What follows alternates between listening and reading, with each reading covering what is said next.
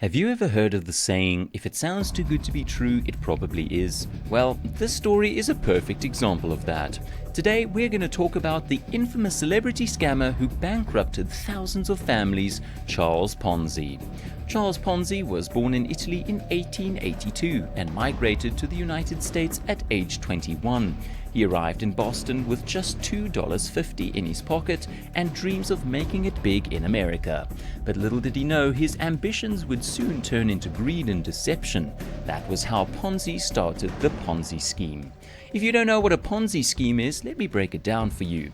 It's basically a fraudulent investment scheme that promises high returns with little to no risk. Ponzi convinced his investors to give him their money with the promise of a 50% return in just 90 days. Sounds too good to be true, right? Well, it was. Ponzi's plan was to use the money from new investors to pay off the returns of older investors. He thought he could keep the cycle going forever, but eventually the whole thing collapsed like a house of cards. Now you're probably wondering, how did Ponzi get away with this for so long?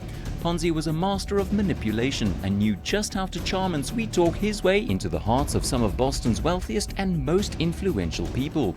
But it wasn't just the people of Boston who fell victim to Ponzi's lies. He even managed to convince some of the city's biggest newspapers to write glowing articles about him, which only added to his credibility. Before long, Ponzi had thousands of people lining up to hand over their life savings to him. Ponzi expanded his scam to other cities, including New York and even Montreal, Canada. By the time it all came crashing down, Ponzi had taken in over $15 million from investors. Adjusted for inflation, that's over $200 million today.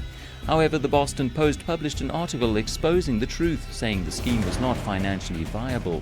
The newspaper published that Ponzi did not have enough postal reply coupons to make good on his promises, so some investors started to get nervous and came to Ponzi to withdraw their money. Ponzi wrote them checks from the Hanover Trust Bank, a bank he had taken control of, to pay them off. Despite the Boston Post article, Ponzi convinced many that he had another secret scheme that was even better. He was so persuasive that instead of people withdrawing their money, his company had a net gain of $200,000 in new investments. But things were about to take a turn for the worse.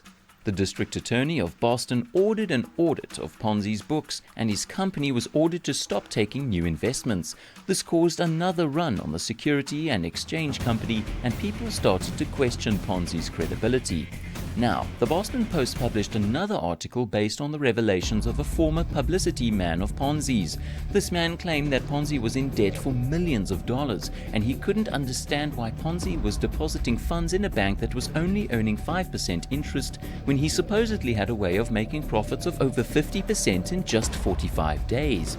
Eventually, Ponzi's scheme was exposed, and he was arrested and charged with multiple counts of fraud. He spent several years in prison before being deported back to Italy in 1934. But the infamous scheme didn't end there. While Ponzi's scheme may have been exposed and shut down, the legacy of Ponzi schemes lives on.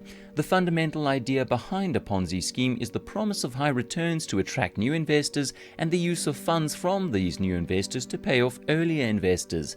This model is inherently unsustainable, and sooner or later, the scheme must collapse. Ponzi schemes often exhibit similar traits that contribute to their deceptive nature.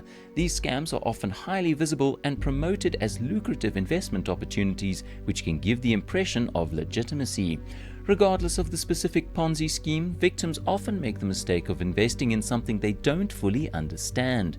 Bernie Madoff, who defrauded his victims of $50 billion, even had the audacity to blame his victims in a prison interview, claiming that if they had looked into his investment strategy, they would have seen that the returns he promised were impossible to achieve consistently. Ponzi schemes continue to be perpetrated to this day, often taking advantage of new technologies and the internet to attract investors from around the world. As such, it's important for investors to be vigilant and to thoroughly research any investment opportunity before committing their funds.